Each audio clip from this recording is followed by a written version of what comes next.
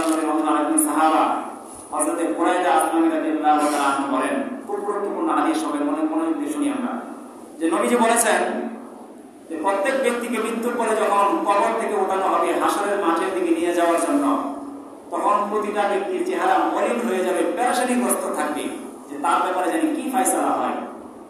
তিনি বলেন যে যখন মানুষের চেহারা পেরেশানিগ্রস্ত হবে, তখন ওই ব্যক্তি, যে ব্যক্তি দুনিয়াতে থাকা অবস্থায় নিয়মিত কোরআনের কারীম তেলাওয়াত করেছে, ঠিক ওই মুহূর্তটাতে পেরেশানিগ্রস্ত অবস্থায় কোরআন তার সামনে উপস্থিত হবে। সুবহানাল্লাহ। উপস্থিত হয়ে ওই ব্যক্তিকে প্রশ্ন করতে থাকে যে ভাই তুমি কি আমাকে চিনো? ওই ব্যক্তি বলবে যে না, আমি তো তোমাকে চিনি না। তখন কোরআন নিজের উত্তর দিবে যে আমি হলাম তোমার ওই কোরআন, যে কোরআনকে তুমি দুনিয়াতে থাকা অবস্থায় নিয়মিত পাঠ করো। সুবহানাল্লাহ।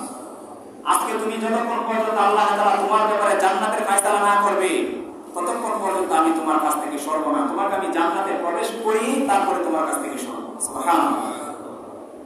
দুনিয়াতে থাকা অবস্থায় যারা কোরআন পাঠ করবে। শুধু তাই নয়, হাদিসের মধ্যে ওই সাহাবী আবার বলেন যে নবী সাল্লাল্লাহু আলাইহি ওয়াসাল্লাম বলেন, ওই দিন ওই কোরআন ওই ব্যক্তি ডান হাতের মধ্যে রাজত্ব দান করবেন।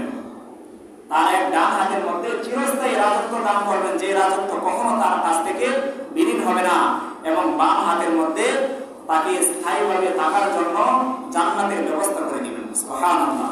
এরকম ভাবে তার মাথার মধ্যে এরকম একটা টুপি পরিয়ে দেওয়া হবে। ওই কোরআন ওই দিন তার মাথায় টুপি পরিয়ে দিবে, যে টুপির আলো হাদিসের মধ্যে এসেছে সূর্যের আলোর চাইতে আরো দ্বিগুণ হবে। সুবহানাল্লাহ। এবং ওই দিন ওই কোরআন পড়নেওয়ালা মা বাবাকে অনেক দামি একটা পোশাক পরানো হবে, 2 জোড়া পোশাক পরানো হবে। তো নবীজি বলেন যে হে আমার সাহাবায়ে কেরাম, তোমরা কি জানো এই 2 জোড়া পোশাকের দাম কত? তখন সাহাবায়ে কেরাম রাদিয়াল্লাহু তাআলা বললেন যে আমরা তো জানি না এর দাম কত। তখন নবীজি বললেন যে আদম আলাইহিস সালাম থেকে নিয়ে কিয়ামত পর্যন্ত যত মানুষ আসবে, সমস্ত মানুষ যদি এর মূল্য পরিশোধ করতে চায়, তাহলে এই 2 জোড়া পোশাকের মূল্য কখনো তারা পরিশোধ করতে পারবে না। সুবহানাল্লাহ।